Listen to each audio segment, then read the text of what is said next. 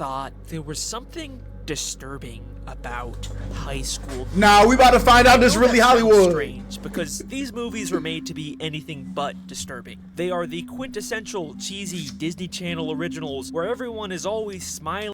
Hold up. First of all, Disney originals was not cheesy. Twitches, banger. Cheetah Girls, banger. Lizzie McGuire movie, banger. Eddie's $1 Million Cook-Off, banger. And singing, and the biggest conflict is whether Troy will play basketball or sing in a musical. They are by no means disturbing films. Brink, banger.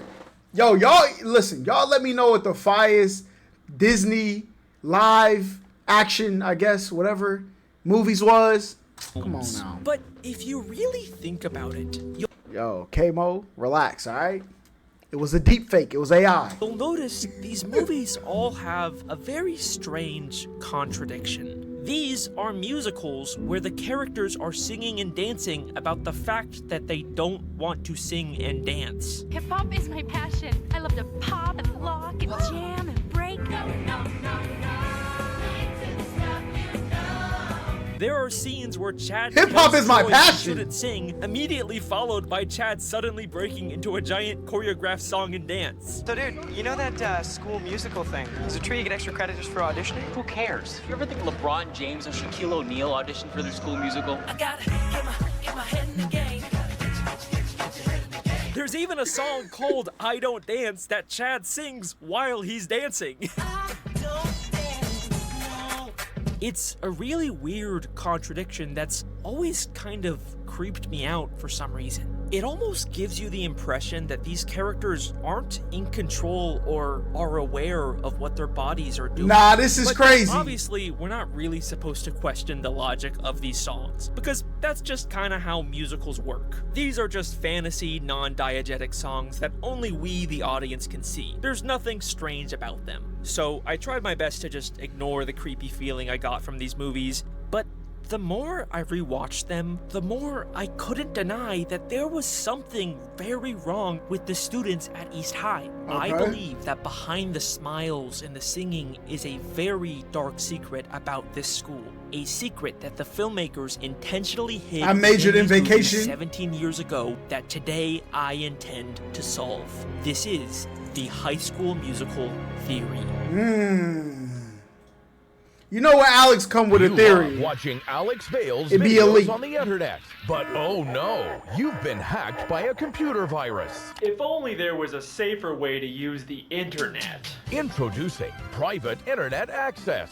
Did you know that when you use the internet, your device sends out tons of private information that hackers, Who got better ads than this, and man? even advertisers can steal? Oh no, I hate advertisers. Private Internet Access, VPN, helps protect your data by encrypting your internet connection through their world-class server infrastructure, with servers in 91 different countries and all 50 United States. Okay, I don't think I need to get a VPN to use the internet. All right, listen, we got a VPN.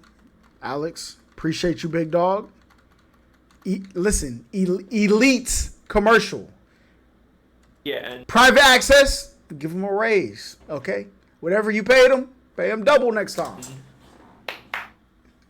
So, what exactly is happening when the characters in these movies sing? I'm not talking about when they're performing on stage in front of a crowd. I'm talking about when the characters are in the school hallways or the cafeteria, and suddenly, without any warning or explanation, the entire school breaks out into a highly choreographed musical number and then just moves on from it like nothing ever happened.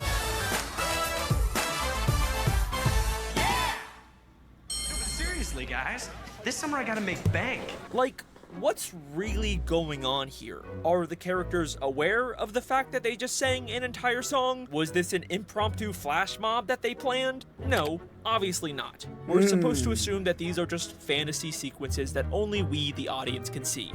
Or that's what I originally thought. But then I took a closer look at these musical numbers and I started to notice a very strange pattern. In the first High School Musical, Gabriella is the new girl at school, and the first time she experiences one of these spontaneous musical numbers is in the Stick to the Status Quo song in the cafeteria. No, Now, Gabriella doesn't enter until about halfway through the song, but she has a very interesting reaction to it.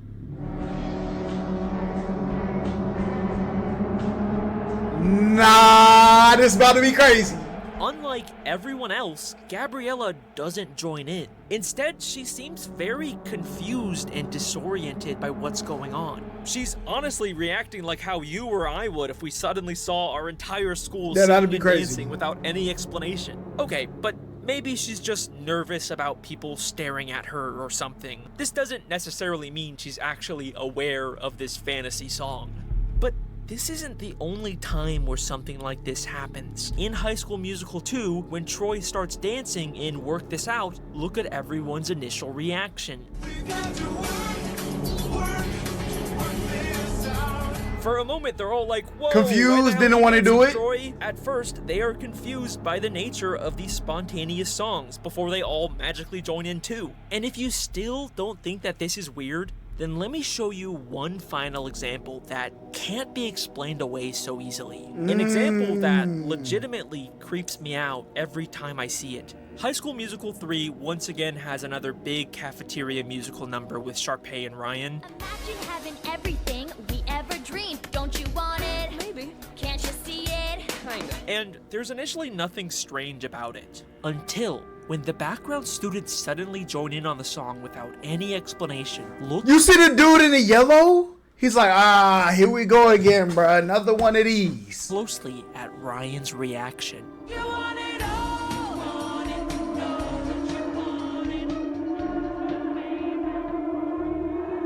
It's very easy to miss with Sharpay in front of him, but Ryan is clearly extremely This is confused by the nuts. other students suddenly dancing around him. Unlike the other examples, there is no other possible explanation here. In this moment, Ryan is 100% aware of the fact that he is experiencing an unexplainable, spontaneous musical scene, and he looks deeply disturbed by this. This is a very intentional choice by the filmmakers. They are directly telling us that we should be questioning the logic of these musical scenes, which has some pretty disturbing implications about this world. Now, eventually Ryan does get pulled into the song like everyone else, but look at what happens after the song ends and we come back to reality. Oh, none of it was real. It's ours, right? Bro, this is what, bro, listen, hear me out. This low-key what live streaming, content creation like. When that camera cut on, everybody get in character. That camera cut off, then it's like, oh, whoa, hold up. Is this not, are we in a, Alex Bale might be cooking with this one. Not only are they both still posing and out of breath, like they did actually sing that entire song, it wasn't just something that they imagined, but also, look at Ryan's face.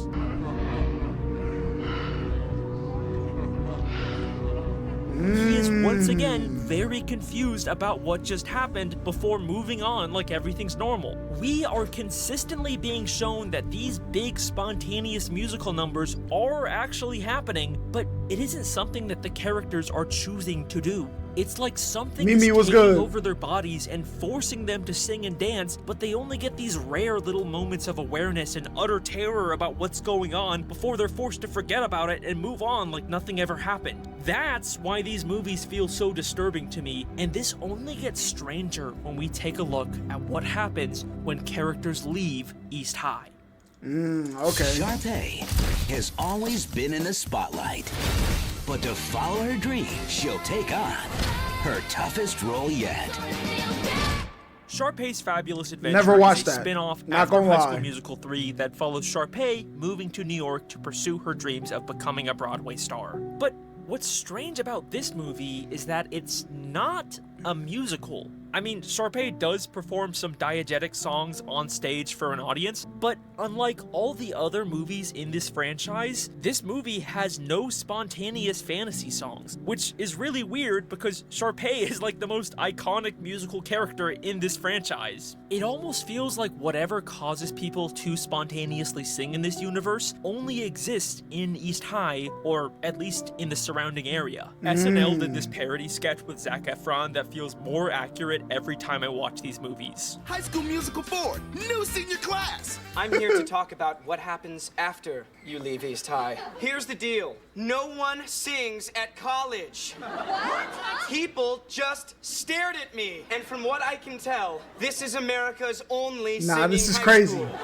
Winter was good. Remember how in the first High School Musical, Gabriella seemed kind of aware and confused by the spontaneous songs at first? It wasn't just a quick moment for her. She never joined in on Stick to the Status Quo. You probably never realized this, but Gabriella never actually gets a non-diegetic song until 2/3 of the way through the first movie, despite her being one of the two main characters of this musical. What if this is because she's the new girl at school and whatever's making people sing hasn't fully affected her yet? Now, there are some exceptions where characters still spontaneously sing outside of the school, like in High School Musical 2 when they're in a country club for the summer, but that's still nearby the school in Albuquerque, and they haven't really been there for very long. The main exception to this is at the end of High School Musical 3 when Gabriella briefly goes to Stanford as a part of early enrollment, and she still has a non-diegetic song. Take my hand, take the But it's with him though. And they make a really big point about how far away Stanford is from East High. Promise tonight in Albuquerque. It's 1,000 miles away. So it seems like this would disprove the idea that the songs can only happen near the school, but then I took a closer look at this scene. So Gabriella went to Stanford as a part of an early enrollment and had to miss out on prom at East High, but then Troy decides to also skip prom and instead dance with Gabriella at Stanford. And this is when we get their non-diegetic song. Romance Rose, this is the High School Musical song, theory. They're both briefly transported to East High's prom with all of their friends. Now, obviously, this is just supposed to be a fantasy cutaway. They aren't actually back at the school. Stuff like this happens all the time in the musical numbers from these movies. These are all just imaginary fantasy sets. It's kind of like Troy and Gabriella are imagining they're back at East High and are incorporating things from their real-life surroundings into the fantasy. But if that's true, then why can we already see the exact same stone pillar set 30 minutes ago at East High? This was not part of some fantasy scene. They clearly actually built this set at East High. And this was before Gabriella even decided to go to Stanford early. But then why can we see the fantasy pillars backstage? Because in the Stanford song, the East High prom part isn't the fantasy. Stanford is. Gabriella never actually left East High. We are shown time and time again that these spontaneous musical numbers can cause vivid fantasy hallucinations of other places. So I think that whatever's causing Gabriella to break out into song also caused her to— Bro, okay, it can't be like the water. It gotta be something else. Alright, no Alex Bale, he about to drop the bomb on us, write it in like, this is what it is. But I can't even guess what it might be though.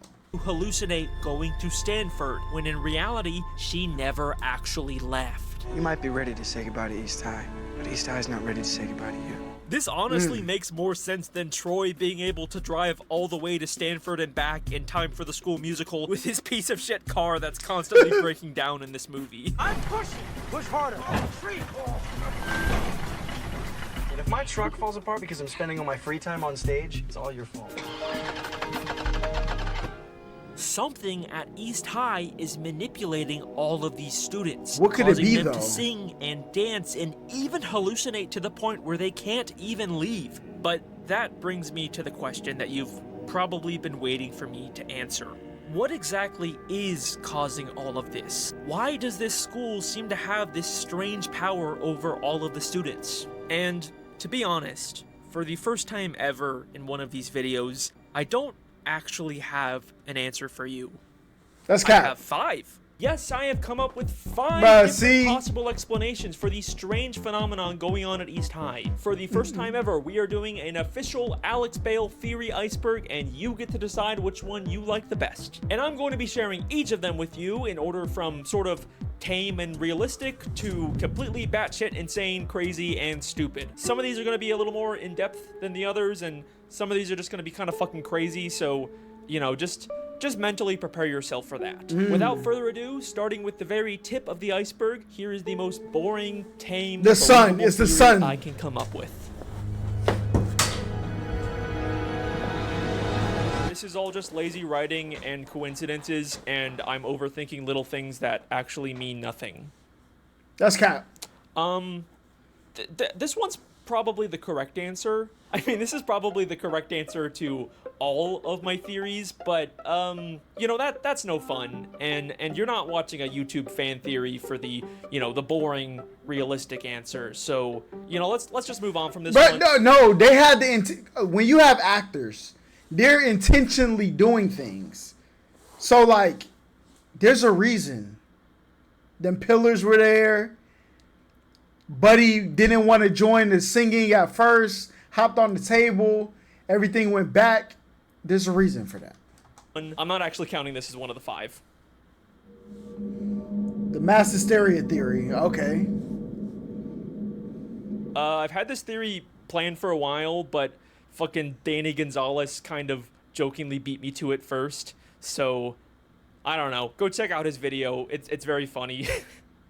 In 1518, Strasbourg, France, a woman named Frau Trophia walked into the streets and reportedly started silently dancing without any explanation. Oh, I heard of this. Soon, other people began to join her, and over the next couple of weeks, hundreds of people... Wasn't this on Bramble? Bramble, the Mountain King?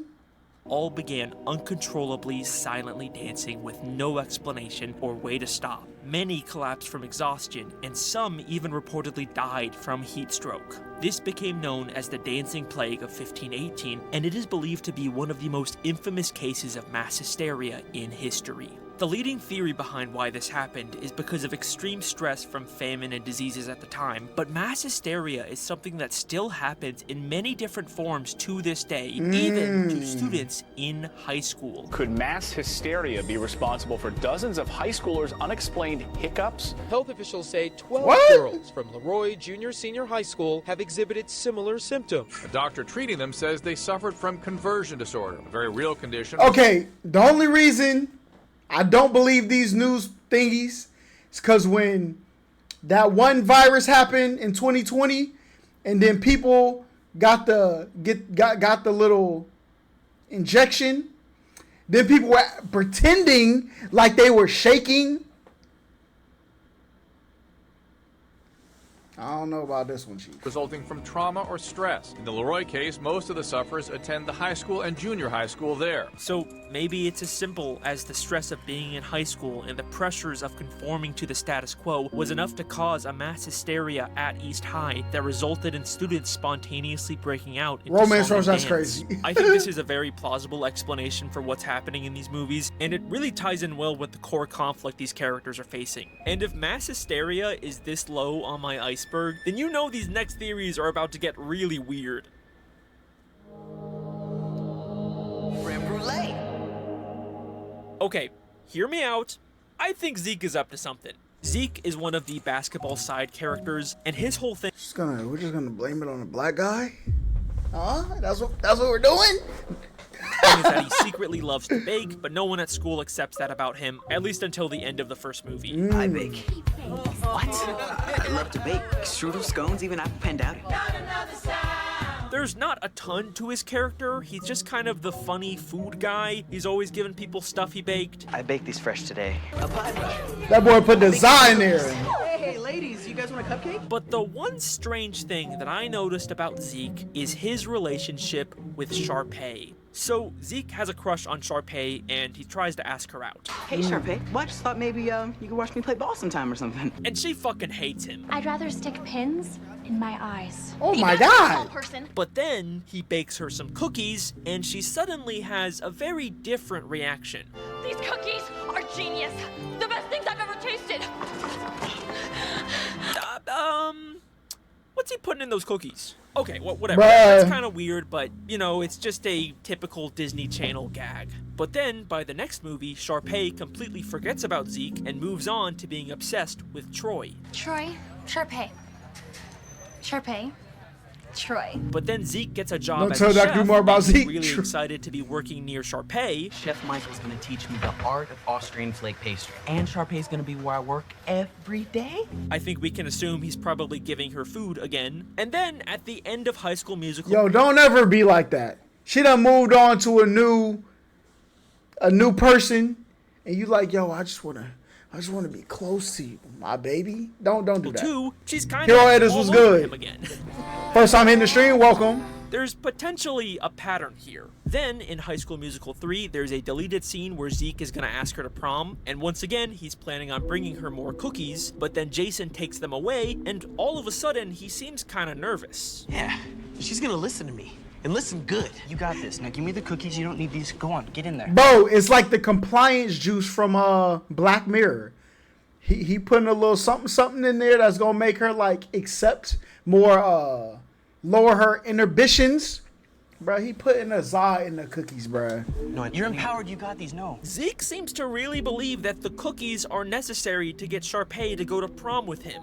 And it turns out he doesn't need them, but the very first thing Sharpay says is... Hey, Sharpay. Zeke, cookies? Huh, interesting. Also, later, he He's finds the out plug. Jason ate the cookies meant for Sharpay, and he is very concerned. Where's my cookies? You ate all the cookies? Those were meant for Sharpay, not you. Those were apparently only for Sharpay, and now he's concerned about Jason, who later, during graduation, jumps on him in a very similar way to Sharpay.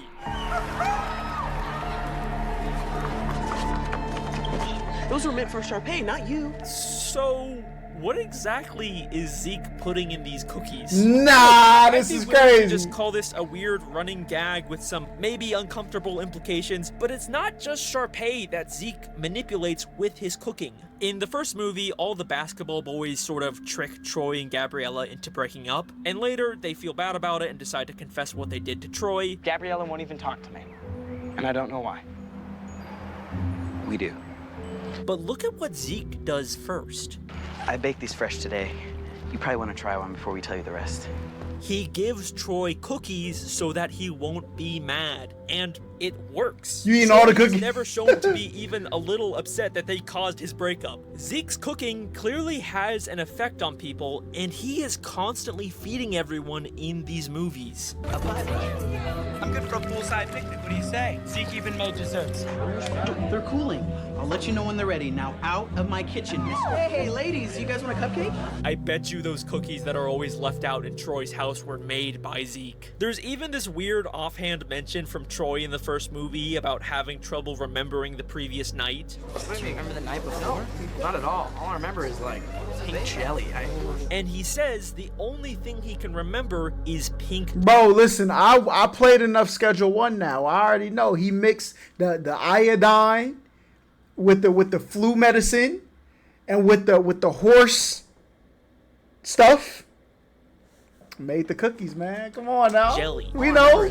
We know, ball. Which, I don't know, kind of sounds like something Zeke could have made him. I love to bake. Strudel scones, even I've penned out. What if Zeke is putting something in the food that's causing all the strange behavior we see at East High? But wait, why would Zeke want the entire school to be constantly breaking out into song and dance? Well, what do these songs ultimately accomplish? The songs are ways for characters to express their inner truth. It causes Troy to realize he wants to be in the musical. Well, Iron Man was not wrong in Civil War. We could watch the video, but he was not wrong in Civil War. Okay? My head's in the game, but my heart's in the song. It causes everyone to break out of the status quo and ultimately accept their fellow students for who they are. But inside I am stirring, something strange is occurring. It's a secret I need to share. Okay. Which allows Zeke to finally be able to be accepted as someone who wants to bake. Or a jock. Cook up a mean creme brulee. Yes, I think the entire reason for all the craziness going on at East High is because Zeke is drugging people with his cooking to make them more accepting of him as a baker. Someday I hope to make the perfect creme brulee. I know that this is a really insane idea that has some admittedly uncomfortable implications, but you know, you gotta admit there is a Bro, but that's really every Iron Man knew he was wrong.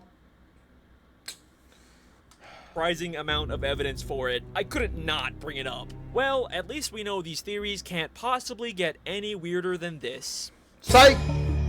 Breaking Bad? That's what Zeke was doing though.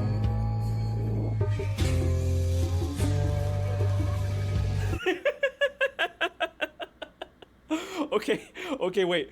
Just hear me out. Breaking Bad is a dark, gritty crime drama about a chemistry teacher teaming up with one of his former students to build a ruthless drug empire. High School Musical is a movie for babies about Troy trying to decide whether he wants to play basketball or sing in a musical.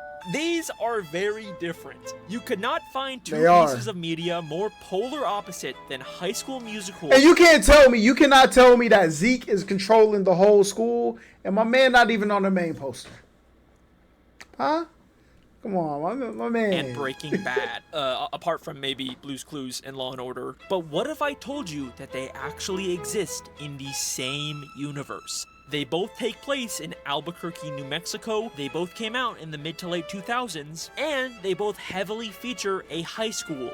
This is sort of a meme that's gone around the internet for a while because of these weird similarities. Even Mr. Matt Pat Film Theory, before he retired from YouTube, tried to make a theory about it. And you know, as hard as I tried, I couldn't figure out how to prove that High School Musical was in the same universe as Breaking Bad. Yeah, I'm pretty sure that's actually the reason why Matt Pat retired. It was just the one theory he could never crack. Hey, if you can make an airtight connection, let me know, because that would be the best theory ever. Well, okay, Mr. Game Theory, I accept your challenge. Let's see if we can avenge your death.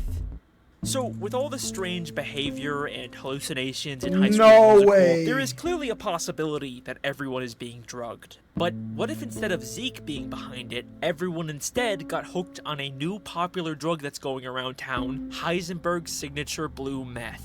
This is pure glass. This is all. Bro, I be whipping up in Schedule 1, man. I got the whole. I just unlocked the cocoa seeds. We're really about to get active. All right. A drug that Breaking Bad has established can cause hallucinations. Heisenberg ain't got nothing on me though. And here's something I bet you never realized. Breaking Bad is also technically a musical.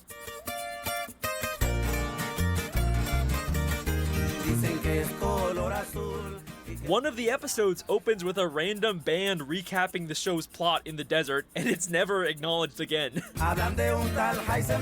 So yes, technically, we can also call Breaking Bad a musical. Gabriella is also referred to as a freaky genius. I don't want to be the school's freaky genius girl again. And is shown doing lots of chemistry with blue liquids, and is even shown teaching chemistry using blue rocks. Okay, but these are just, cute little connections. Hold on now. None of this really definitively connects these two worlds. It's gonna take more than that to avenge Matt Pat. Well, let me ask you a question that you've probably never really considered. What is the musical in High School Musical actually about?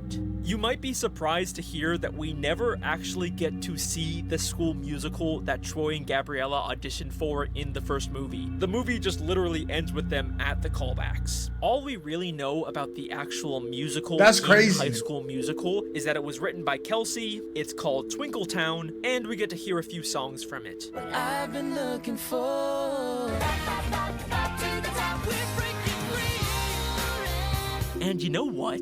The more I looked into the plot of this musical, the more I began to realize how much it eerily lines up with the plot of Breaking Bad. I know that sounds crazy, but just stick with me on this one. The first song is called What I've Been Looking For, and it's sort of vaguely about two people embracing a new relationship together. Okay. I've been looking for. You might assume that it's a romantic relationship since it's sung by Troy and Gabriella, but Ryan and Sharpay also auditioned for the same role, and they're brother and sister, so I'm just gonna assume it's more of a platonic relationship. But she gonna do anything. She gonna do anything for the spotlight. So listen, she would have did the Alabama special.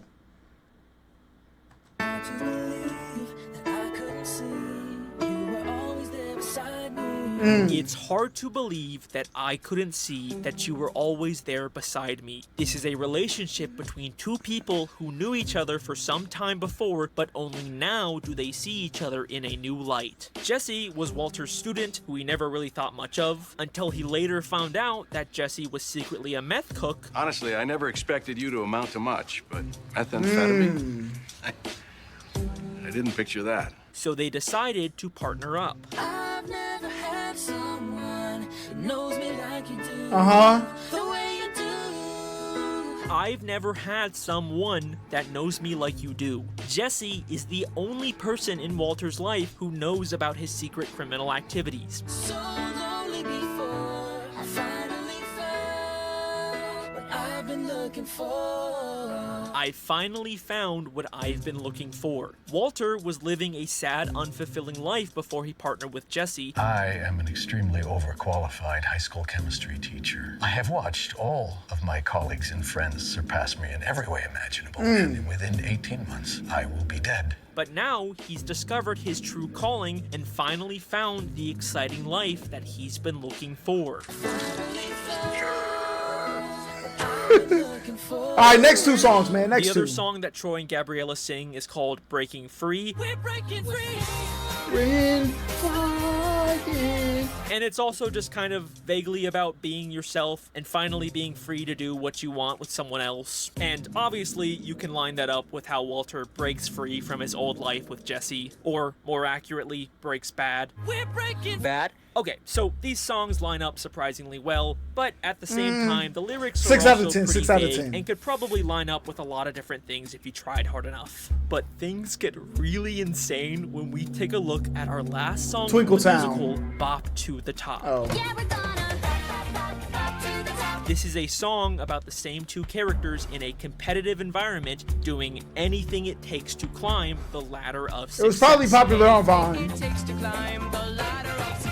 This is literally the plot of Breaking Bad. They specifically describe this competition in a pretty explicitly violent, brutal way.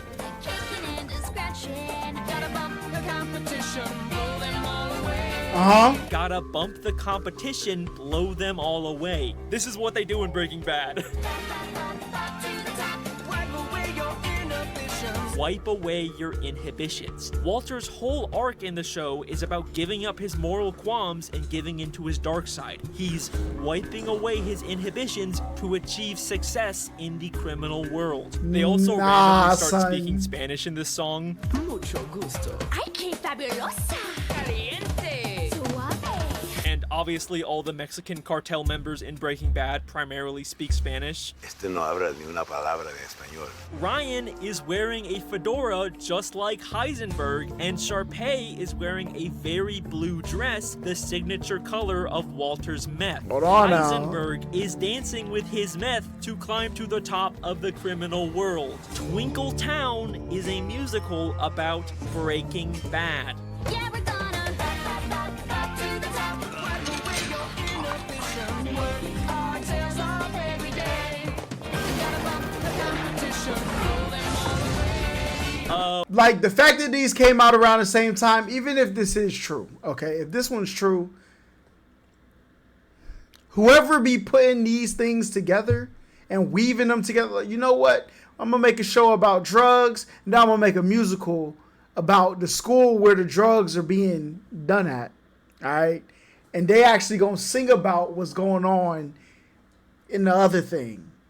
Sick world. What does this mean in terms of how these universes are actually connected? Maybe Kelsey heard about the legend of Heisenberg, much like that narco corrido band in Breaking Bad, and she decided to secretly write her school musical about it. I mean, if everyone at East High is hooked on Walter's product, then clearly it's a big deal at this school, and it would get more people to watch the school musical.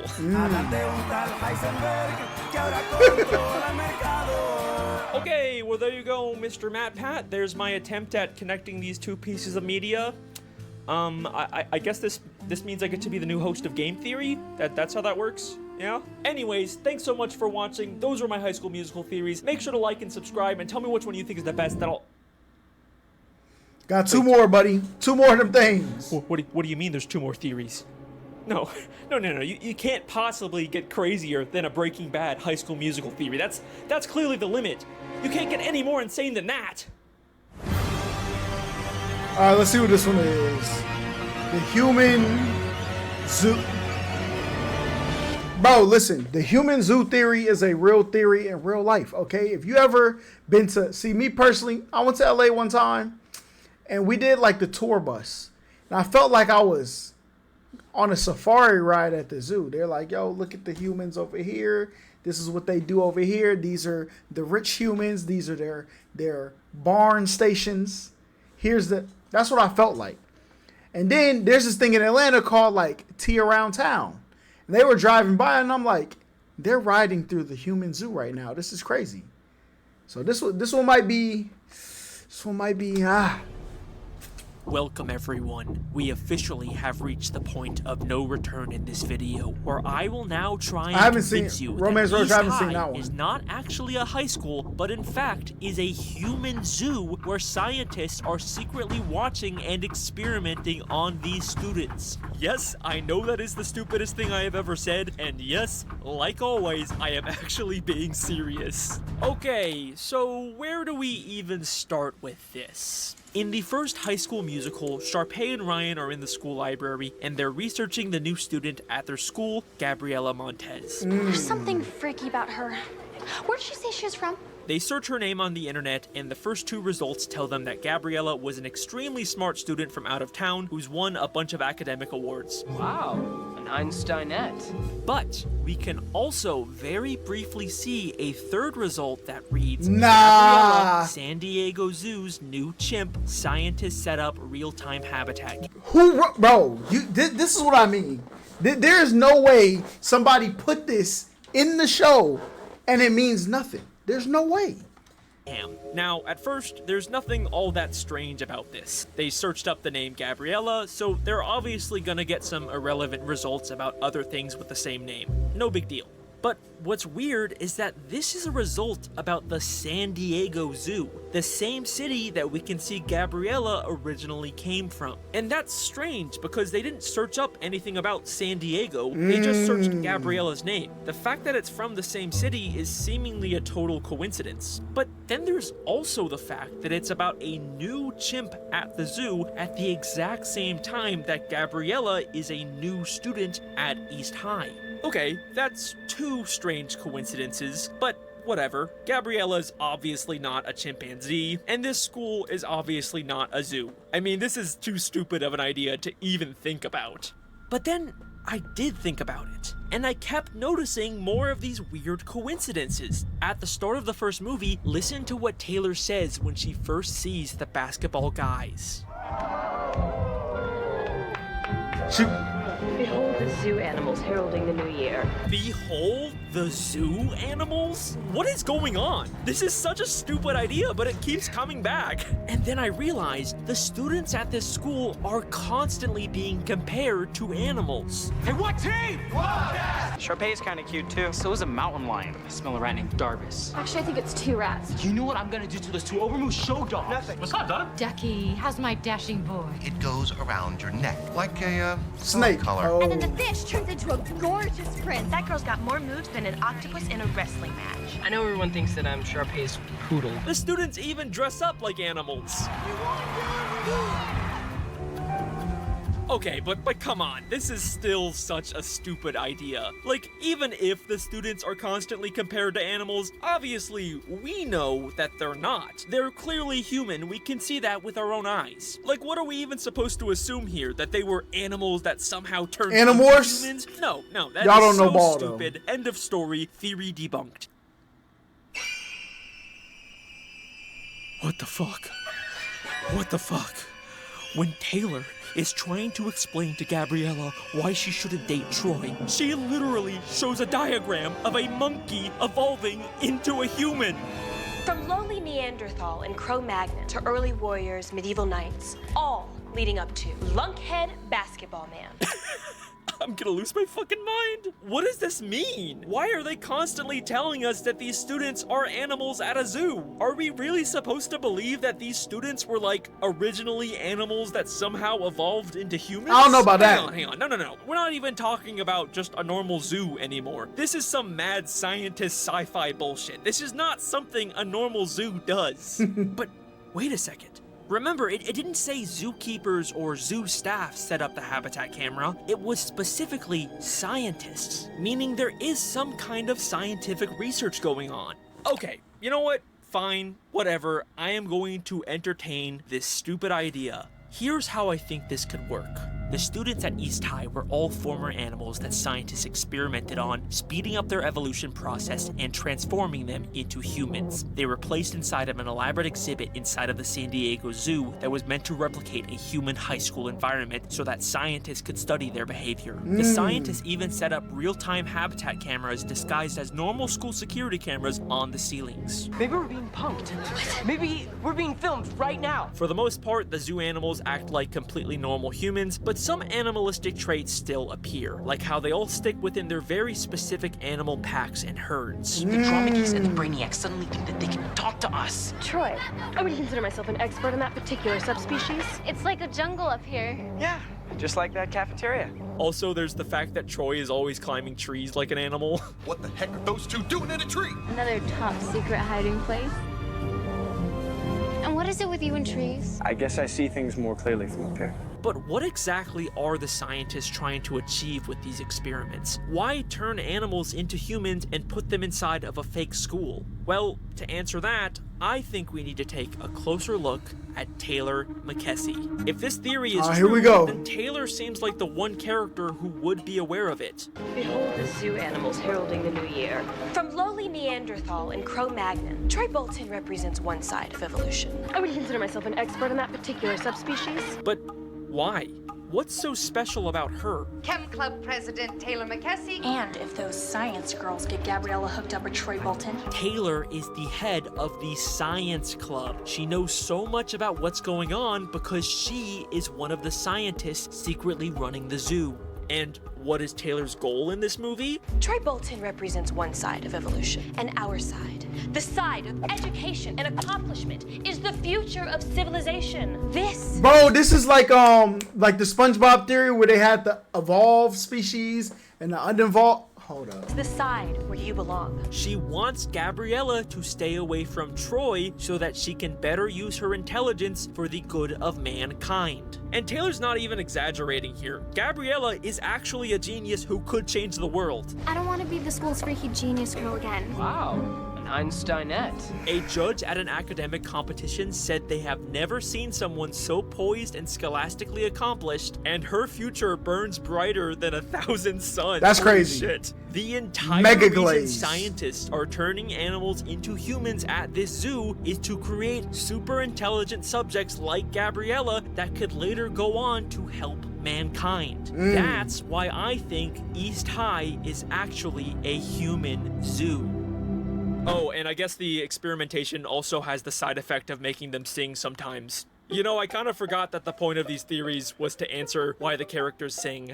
I think I got a little... Yeah, I think that one doesn't explain the singing. The best one so far is definitely the Zeke one. The Breaking Bad one, the mass hysteria, The Zeke one though, yo, my man putting that stuff in the bakery, that's the one. Carried away with this one, but that's okay, because I have saved my personal favorite answer to this mystery for the final and best theory in this video. We have officially reached the deepest layer of this theory iceberg. Hold on Get now. ready for the most insane, most ridiculous, most batshit crazy High School Musical theory you will ever hear. Alright, I'm gonna be honest, this one's not actually as crazy as Zoo Theory. I don't think I can actually get any more ridiculous than that one. Yeah, the zoo one's kind of somewhere between. The zoo one's crazy, but the fact that they wrote the San Diego Zoo in it, bro, nothing happens on accident, okay? Or nothing that coincidental happens on accident. Breaking Bad and Human Zoo. I mean, it's still pretty far down there. But the reason I saved this one for last is because not only is it my personal favorite answer to this mystery, but I believe that it is the answer that is most likely intended by the filmmakers. Out of all of these theories, I actually think this one has a really good chance of being true. This is We'll do next the Murder Miss Jones on the Darbus theory. next stream. Miss Darbus. So, something at East High is forcing the characters to break out into song and dance against their will, and then seemingly forget about it.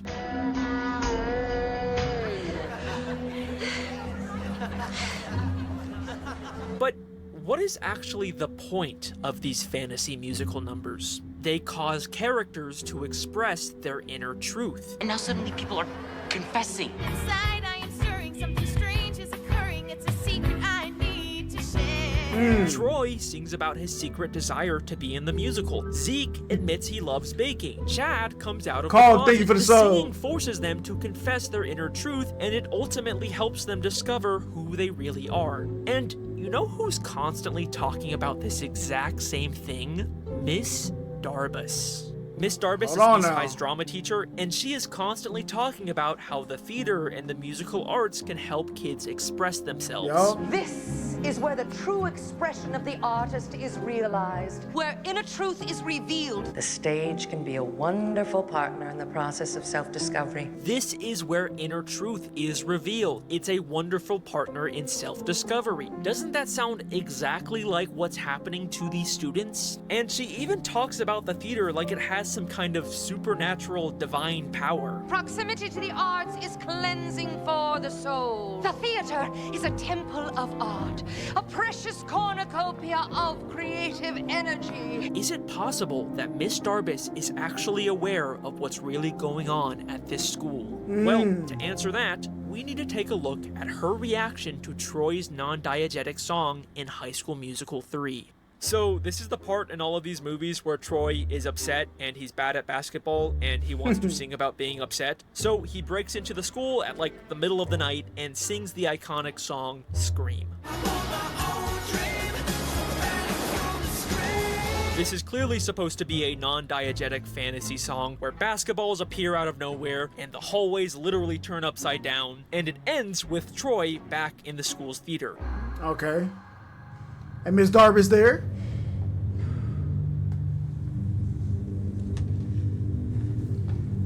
Just watching. Troy realizes Miss Darbus is also there, and they have this very interesting exchange. And the reason for your visit is? I don't know. I think I feel like this is a good place to scream? Or just to think. Miss Darbus says that Troy came here to scream, clearly referencing the song he just sang, but then Troy corrects her and says, no, I was just thinking. This is a good place to scream? Or just to think. Troy believes that he was just thinking to himself because he's unaware of the fact that he just sang an entire non-diegetic song. But Miss Darbus is clearly very aware of what really happened. Scream? And she's not confused by it like other characters. She is absolutely aware of what's happening to these students, but why? Who is Miss Darbus really? Well, that's a tough question to answer, because we don't ever really get any of her backstory, except for maybe the occasional vague one-off line. Better to consider opportunities now than in 10 years when life may limit your choices. Better to consider opportunities before life limits your choices. Kinda sounds like she's maybe talking from personal experience. Darbus Did is a something farmer. happen in her life that limited her choices? Maybe she wanted to be a Broadway star, but then got stuck as a high school drama teacher. Nah, that would be crazy. I don't know. I mean, like I said, it's hard to really understand Miss Darbus because we don't ever get to see what her life outside of East High is like. Trust me, I've rewatched all of her scenes many times, and I've never really found anything that was useful.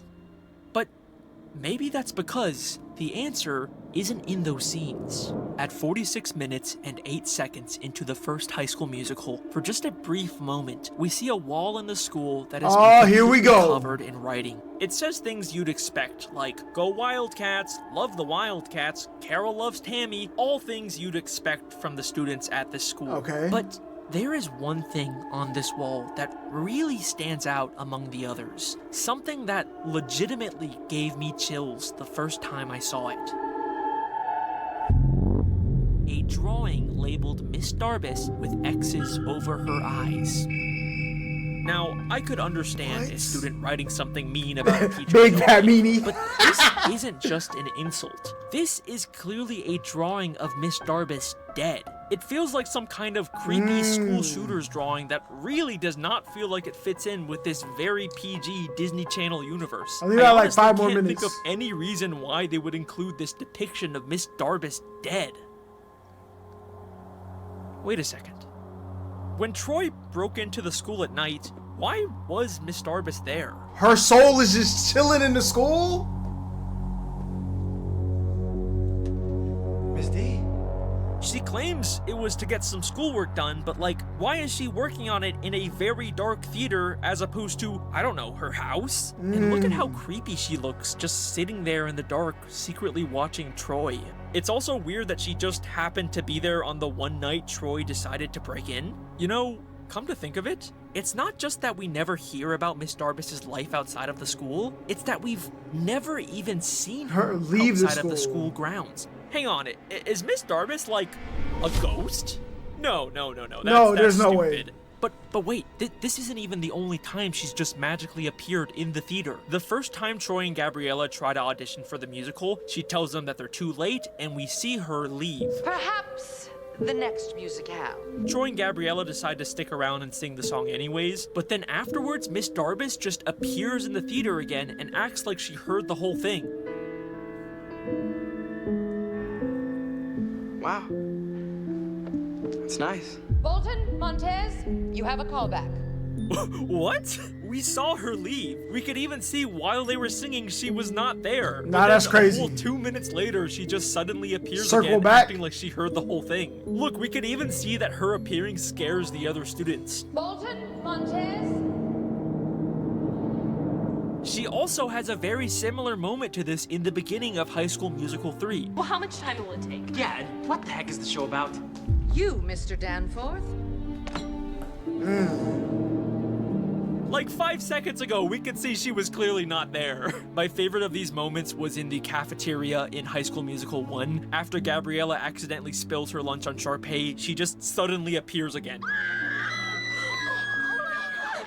You do not want to get into that, man. What is going on here? It's like a jump scare. Ah! Life limited Miss Darbus's choices. She's always at the school, always suddenly appearing out of nowhere. There's a drawing of her dead. She even talks like she's from a much older time. Perhaps the most heinous example of True. self-abuse is ringing in the theater. What temerity! And she hates any new modern technology. Was that a cell phone? No, ma'am, that was the warning bell. This perfectly explains why everyone seems to have this supernatural musical spell over them that only she is aware of. Miss Darbus is a ghost that is haunting East High, and she is forcing these students to sing about their inner truth in order to help them discover who they really are. But let's hang on a second. The High School Musical franchise is just a bunch of grounded movies about kids in high school. Okay. There are no explicit supernatural elements in them. I don't think I can honestly claim that there's this secret, intentional, underlying message about ghosts haunting the schools in these movies. What? But I can watch. Expecting me to just scream at you with some big final surprise evidence? Come on, guys. I am not that predictable. High School Musical 3 was originally going to be a Halloween-themed movie called Haunted High School Musical and would have featured ghosts haunting East High. Yes, I am being 100% serious. This is real. This is actually what they were originally planning on doing with the final movie of the trilogy before they decided to scrap the idea. But we can still see hidden clues from this ghost subplot that I bet you they were planning on paying off in this movie, where it would have been revealed that Miss Darbus was actually a ghost all along, and she was the cause of all the students breaking out into song. And that is my final High School Musical. I still like the Zeke one the best. I'm going with the Zeke one, the Miss Darbus theory. If they would have did the Haunted High School musical, I would have been all on board. The evidence is there. They did not complete the circuit though. But my man Zeke, trying to take the brownies, the cookies to Sharpay, and the other dude ate him, then jumped on him like Sharpay, you can't tell me my man's not in there whipping in the kitchen, trying to compete with me on Schedule 1, bro. You know. Cool theory. Thank you very the human zoo. much. Hold up. Also, they would have revealed that the school is actually a human zoo inside of Breaking Bad. Okay, bye. Inhibitions. The Breaking Bad one, probably the least. Do they take place in the same universe? Maybe. But Walter White being the reason why they're dancing in the school, I don't really know about that one, Chief. Okay. But the human zoo one, I mean, it do make sense that they dance and stuff, because like when you go to the zoo, they be having like dolphin shows and elephant shows, and do those elephants really know they're dancing for the crowd, or do they think that's just the normal thing they do? So maybe the human zoo one, but Breaking Bad definitely. I got last. So when the metal hit his mug, he just sunk in place. 100K Holla, chillin' Bahamas. Come home to your crib and throw in your mama.